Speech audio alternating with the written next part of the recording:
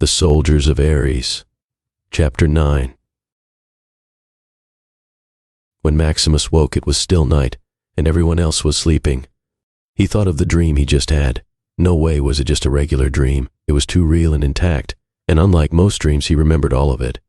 Well, Lord Ares was definitely not happy about losing Daedalus, and it seemed they had also been added to the list of the people who freed him. Maximus was starting to realize that it might be impossible to return to the trenches, or stay anywhere in the trenches for that matter. They could try talking to the army, but he had a feeling that the end result might be similar to Laud's fate. They could try returning Daedalus, but he didn't fancy their chances against Achilles. Besides, it felt wrong. Advisor to Athena or not, a brilliant scientist like Daedalus did not belong in the dungeons of Ares. Maximus realized that the best option they had was to run. He had dreamt of leaving the trenches for a long time, but now that he was being forced to do so, he wasn't so sure anymore. After all, this was his home. Besides, even if they did run, where would they go? But if Ares' champion was after them, they really couldn't linger around. A champion was a post given to only one warrior in any kingdom. He or she was like a personal fighter for a god. They usually outranked most military officers as well, and only took orders from their patron gods. Needless to say, the champions were very powerful and feared warriors, and Ares' champion was a merciless killer. Another question arose in Max's mind. How was he going to explain everything he had just seen, especially since the voice in the sword had specifically instructed him not to reveal its existence? That's when Maximus heard a noise from outside. He went out to look and saw a figure walking around the bushes nearby. At first he thought it might be a soldier, but he knew that the army would never send just one person to do a search. He thought about his next move, and he decided to confront the person, but not without backup. His first choice would have been Rex, but he was still wounded from before, and he really did not want to wake Achilles. So he went with Hedger. That way, he thought, if things went bad, Hedger could fly back up and wake up the others. He slowly went to his friend, who was hanging upside down with his tail wrapped around a stalactite fast asleep, and shook him to wake him up. "Yes, I'll have another orange pastry," Hedger mumbled in his sleep. It took a couple more shakes to finally wake him up. He finally awoke and said, "What happened now? Did some other famous celebrity walk into our cave?" "Stop getting around, Hedge.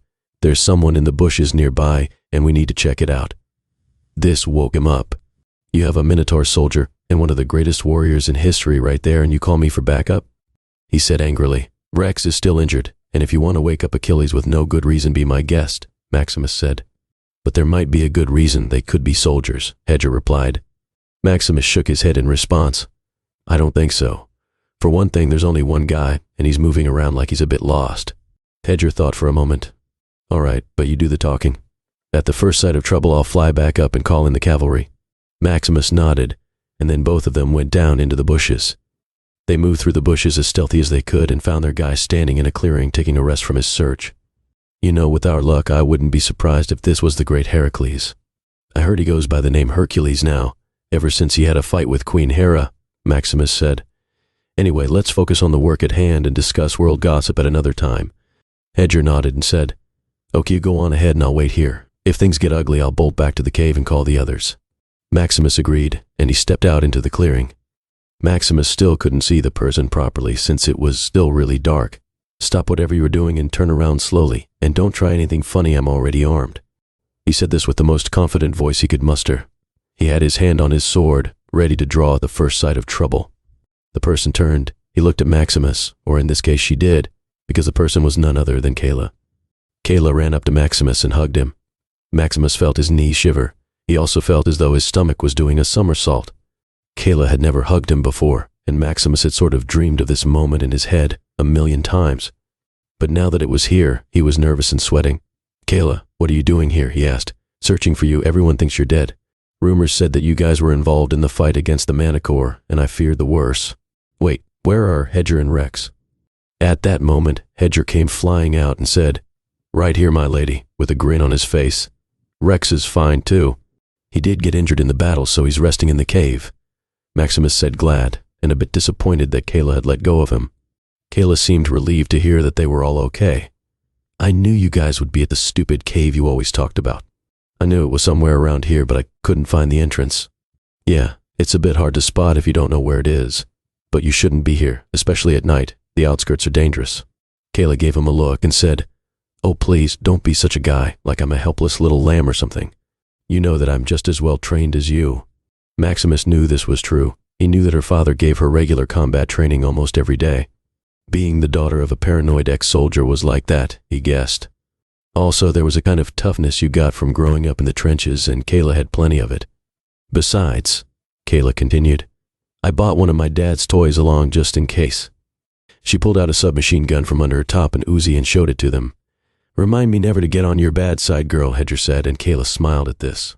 The smile lit a small flame in Max's heart, one that warmed him from the inside. Soon there was a grin on his face. I wouldn't be grinning like an idiot if I were you. Just look at this, Kayla said. She then handed him a piece of paper. He opened it to see that it was a wanted poster, one made for him, Rex, and Hedger. It was a standard military wanted poster. Maximus had seen many of them like this before, but he had never expected to see his face on one of them.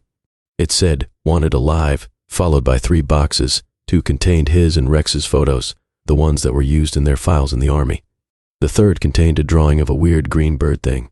Maximus realized that it was supposed to be Hedger, but it looked nothing like him. Below these were their names and details of a reward to anyone who could help find them. Also details on how to contact the army were given at the bottom. It had the official seal of the army on it, the crimson and gold spear. Is that supposed to be me? Hedger asked, staring at the poster. Has no one in the army even seen a sprite before in their lives? Maximus agreed. He felt that it was high time the army got a new sketch artist. I wonder how much the rewards on our heads are, though, Maximus said.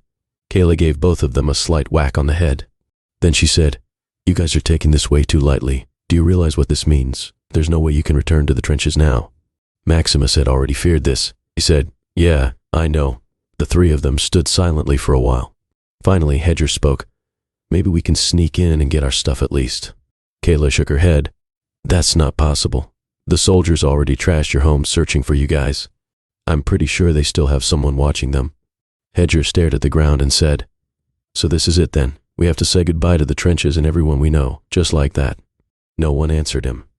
After a few seconds of silence, Kayla finally asked, How'd you guys get into so much trouble anyway? Maximus was about to answer when she said, No, on second thought, don't tell me. The less I know, the better. They already know you guys hung out at the cannon, and the army mages have ways of getting information out of people. I think it will be better if I know nothing. Maximus didn't like this, but he knew that it was the smart thing to do. Well, I guess this is it then. I guess you guys got to get out of here and lay low for a while. You can probably come back after things cool down a bit, Kayla said in a low voice. Don't worry, I promise that we will come back, Maximus said, trying to give her an assuring smile. Then Kayla did something unexpected. She stepped forward and grabbed Max's shirt. Then she kissed him on the lips. When she finally pulled away, she said, Just in case you ever feel like breaking that promise, and gave him a slight smile. Maximus just stood there dumbstruck at what had happened. He couldn't even utter a single word. I have to get back before Dad wakes up and say goodbye to Rex for me too, Hedger. Then with a smile, she gave a final wave as she turned and left. This has been a chapter from Book 1 of the new World Odyssey series, The Soldiers of Ares. Links to the books in the bio. Thanks for listening. If you enjoyed this chapter, don't forget to like, share, comment, and subscribe for more. Hit the notification bell so you never miss an upload. See you in the next chapter.